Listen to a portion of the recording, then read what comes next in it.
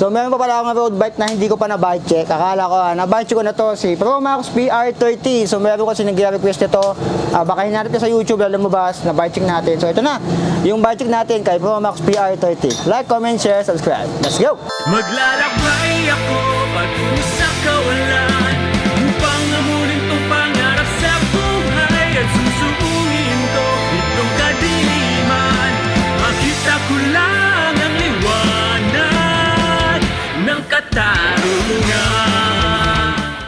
Okay, bike check natin si Promax PR30, yung hindi ko pa na bike check na road bike. So akala ko may bike check na ako nito. So yung frame nito, ang material alloy 60, 61 pa rin. Tulad sa mga naunang na bike check natin na mga bisikleta ng Promax. So nagulat ako dito, yung top tube nito medyo may kahabaan pala.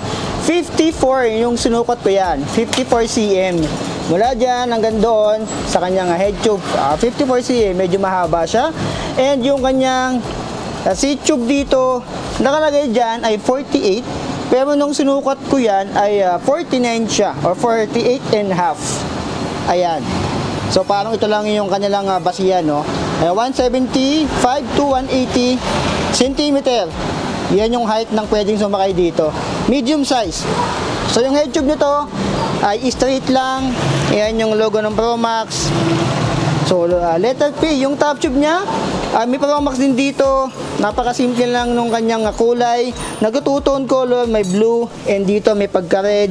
Yung design niya, ayan, para siyang sticker dito, and para siyang may plastic sa loob.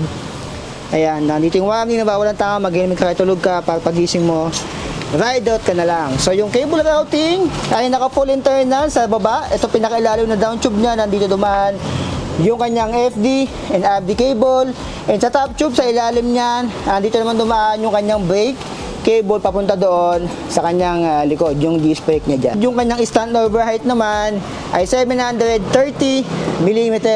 Yung FD na ginamit ay L2. So L2, R2, naka-clamp on siya dito or clamp type. 50-34, meron siyang bash guard. Itong plastic na to, pumaprotekta sa chain nyo kung sakaling matumba. Ito yung sasalo ng impact. Naka-square taper, 165 mm. Ito yung alloy, yung chain niya. Ayan, stock chain lang din, hindi siya KMC, PYC. Ito yung stock na mga nilalagay ng Promax. So yung kanyang RD ay L2, R2 din. Ayan. And dito naman tayo sa kanyang sprocket. Ito ay thread type pa. 1, 2, 3, 4, 5, 6, 7. 1, 2, 3, 4, 5, 6, 7. So 7 speed. L2, R2, L2, R3 ang 8 speed. Kitang-kita dyan. Yung pagka-thread type niya, 14, 28 teeth. So yung hubs naman ito ay bakal pa, and malamang sa malamang ay ball bearing pa yung ginamit dyan. So spokes niya ay 32 double wall alloy yung kanyang rim, Promax yung ginamit.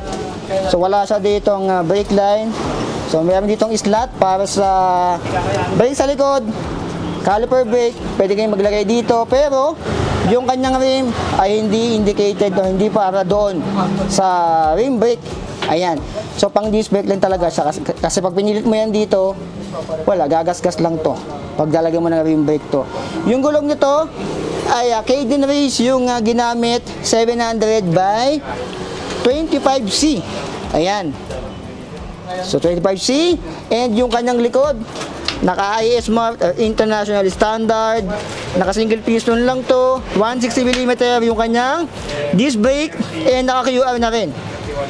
So yung seat post nito ay bakal pa, 27.2, 350 mm yung kanyang haba. Ito yung nalolost thread pag nagtagal-tagal. Ayan.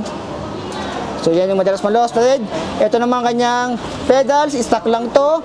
Ito ay ball bearing pa, and hard plastic yan na may bakal sa loob. Yung kanyang upuan, Promax na rin. May pagkamalambot na rin.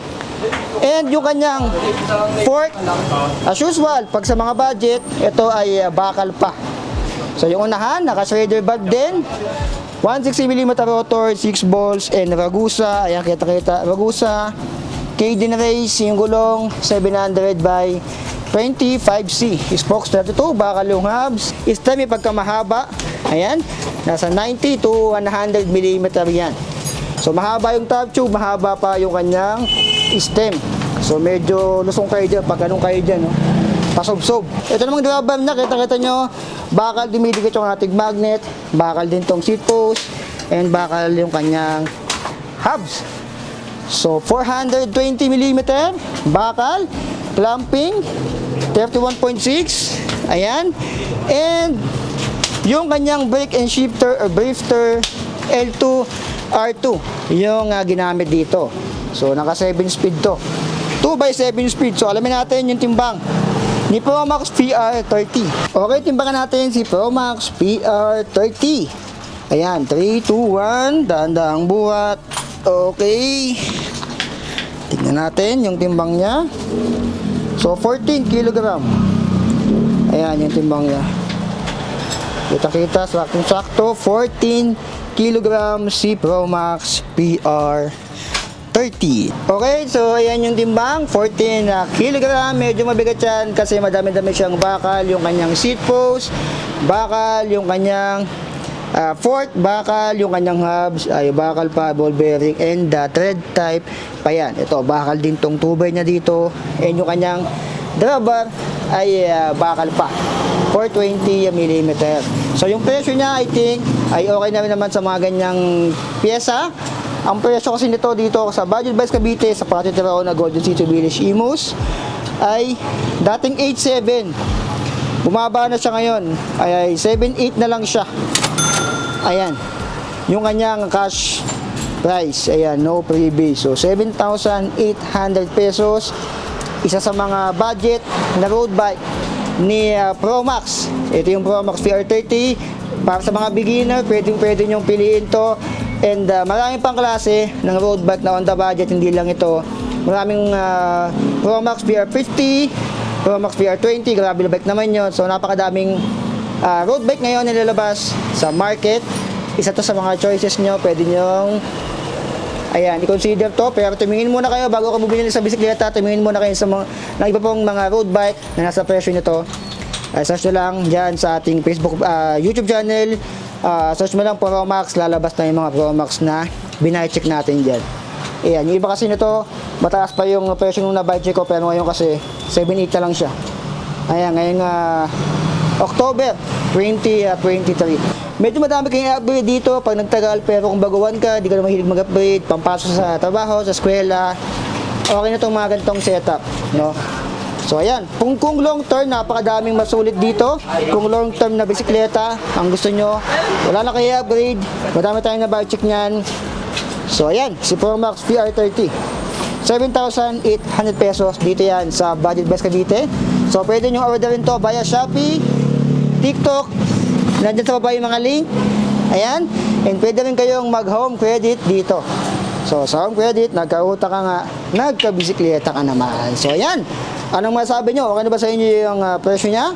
Sa specs niya, 7,800 pesos. Dito lang yan sa Budget Buys Cavite. So like, comment, share, and subscribe. So be it. I love you all. Signing up.